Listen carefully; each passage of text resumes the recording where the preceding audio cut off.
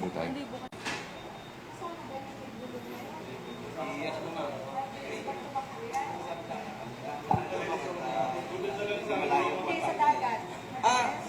Mabilis lang din naman po, pero more on for rescue na lagi.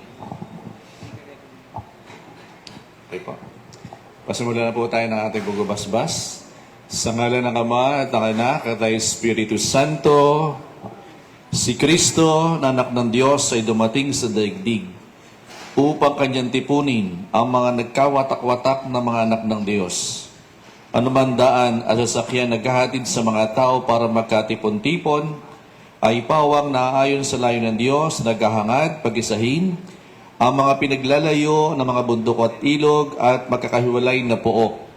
Halinang manalangin sa Panginoon o kanyang basbasan, ang mga nagsigawa at pakikinabang sa mga daan at sasakyan. Sumainyo ang Panginoon. Ang mabuting balita ng Panginoon ayon kay San Juan. Papuri sa iyo, Panginoon.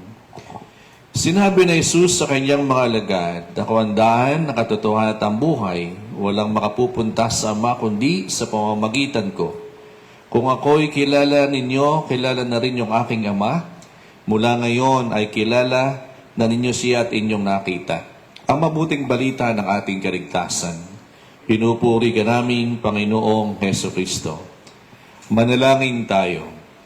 Ama naming makapangyarihan at maawain, kalugdan mo ang aming panalangin, ngayong paglingap mo ang aming hinihiling, upang iadyab mo sa pagkapahamak ang mga sasakayang ito para sa ilog at dagat. Manaignawa ngayong kapangyarihan sa ibabaw ng daluyong at along nagsasalpukan. Itaguyod mo sa pagsapit sa daungan ang mga naglalayag sa dagat nitong buhay sa pamamagitan ng Jesucristo, kasama ng Espiritu Santo, magpasawalang hanggan. Amen. Dasalin po natin ang Ama namin. Ama namin, sumasalangit ka, sambahin ang ngalan mo. Mapasamin ang kaharian mo, sundin ang loob mo dito sa lupa para nang sa langit. Bigyan mo kami ng aming kakanin sa araw-araw.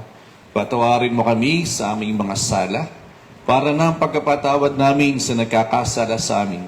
At huwag mo kaming ipaintulo sa tukso, kaya mo kami sa lahat ng masama. Amen. Dasalin po natin ang Ginoong Maria. Ang Ginoong Maria, napupuno ka ng grasya. Ang Panginoong Diyos ay sumasa iyo. Huwag kang pinagpala sa babaeng lahat, pinagpala naman ang iyong anak na sa Jesus. Santa Maria, Ina ng Diyos, panalangin mo kaming makasalanan. Ngayon ko kami mamamatay. Amen.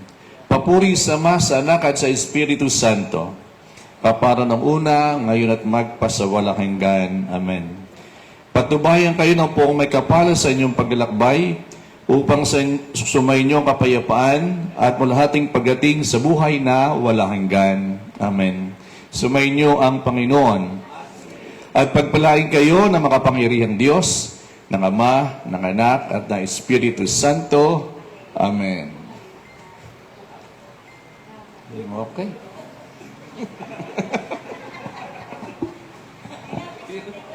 Okay, sa pagkakataon pong ito, picture taking na po. Lahatan po, and after po noon, bawat bayan po na magre-receive ng ating pong mga rescue boats. Inaanyahan ko po kayong lahat. Dito po tayo sa unahan.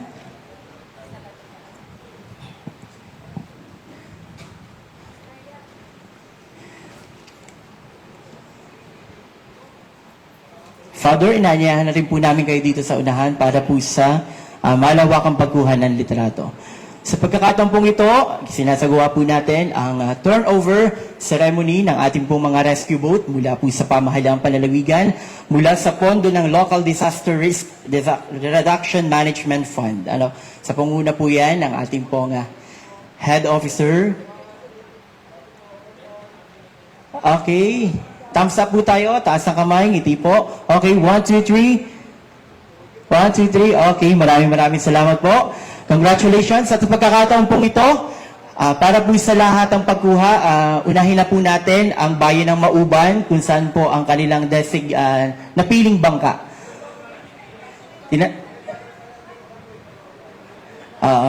Mauban po, tinatawagan po natin si Vice Mayor Alwin Sardea at Cons Nathaniel Calusin at Cons Yuli Santillana at gayon din po kay MDR Chief Roberto Gapasangra Jr.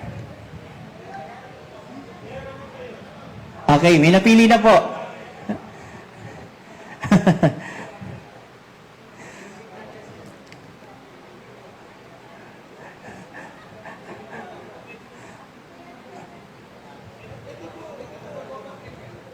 Okay.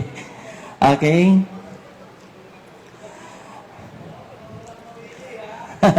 Okay. Ang una pong nakakuha at nakapili ay ang bayan ng Mauban. Congratulations po. Okay, thumbs up.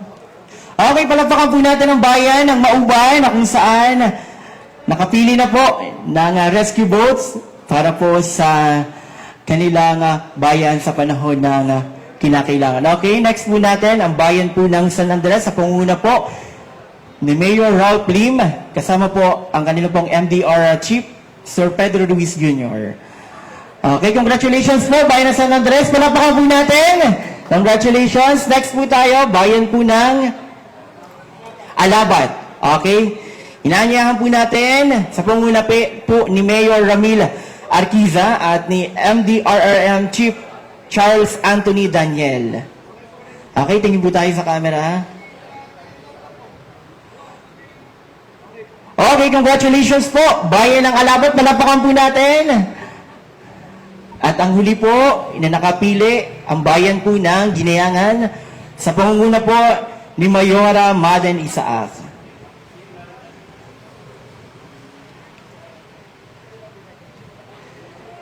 Okay.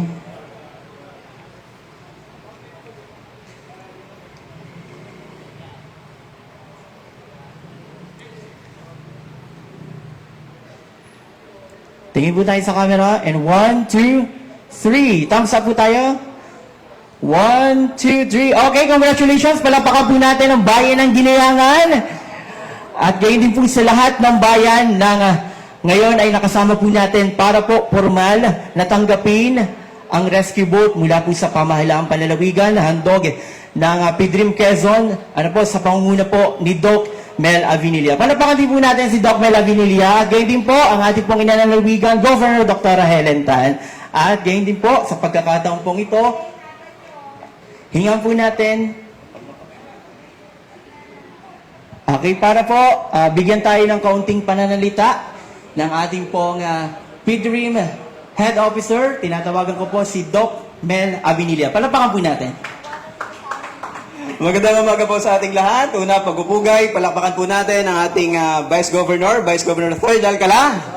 Yan. Of course, nakita natin yung ibinigay, turnover ng ating inanalalawigan, magaganda mga rescue boat. Yan po ay sa kadahilanan na pinapangarap talaga gusto ng ating inalalawigan na mas maging efficient, mabilis ang ating mga services, disaster response sa ating mga local government units. Kaya palapakan po natin ang ating inalalawigan, Governor Dr. Helen Tan. Ayan. At syempre, nagpapasalamat din po tayo. Palapakan natin ang ating mga local chief executives mula po sa bayan po ng Alabat, Mayor Arquiza. Ayun, nandun po. Mayor Ralph Lim, napakaaga po nila kanina. Vice Mayor ng Mauban, nasa si Vice. Ayun, Vice, magandang umaga po. Ayan. And of course, mula pa sa bayan po ng Ginyangan, palapakan po din po natin si Mayora. Ayan. Maden. Good morning po, Mayor. Ayan. So, yun na po. Hindi na po masyado mahaba, pero ang layunin lang po ng pamahalaang palalawigan, mas maging mabilis yung ating pagresponde, mas maging maagap.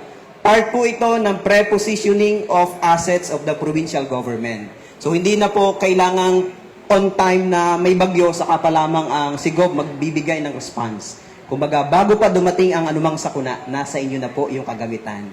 Kasi ang pangarap po ni Governor Dr. Helen Tan, dapat una lagi tayo sa paghahanda at kasama po yan.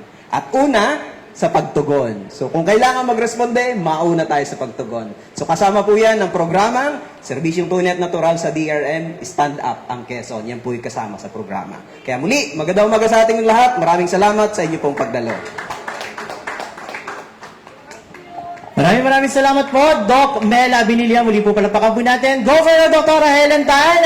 Vice Governor Sir Alcala, talagang nakakatuwa lamang po sapagkat sa pagkakataon pong ito, na ibigay po yung ating mga rescue boats, kasi po ngayon ay panahon na po ng La Nina, ito na po yung tag-ulan talaga, rainy season, okay? Mula po sa pamahalaang panalawigan at sa mga bayan po na tumanggap ng ating po mga rescue boats, congratulations po, muli po malakas sa palakpakan. Okay? Muli po magandang umaga po sa inyong lahat.